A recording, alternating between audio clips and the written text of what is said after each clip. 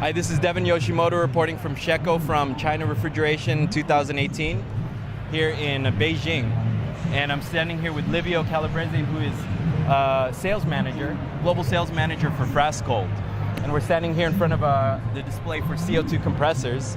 And we're just chatting about what Frascold is doing, why you're displaying CO2 compressors here at the show this year. Yes, good morning. Actually, we are showing CO2 compressor to give a message to the market, because even if the market is not ready yet for this technology, as a company strategy, we are deciding to promote natural refrigerant just to prepare the market. Yes. With these CO2 compressors, are they mainly for supermarket applications or for? Actually, there is a rise in interest for not for supermarket, which is just in developing stage. It's more for heat pump application. There are several government projects in order to install CO2 heat pump for Olympics or for new public installations. Yes. Okay. Very interesting. Thank you very much. Thank you to you.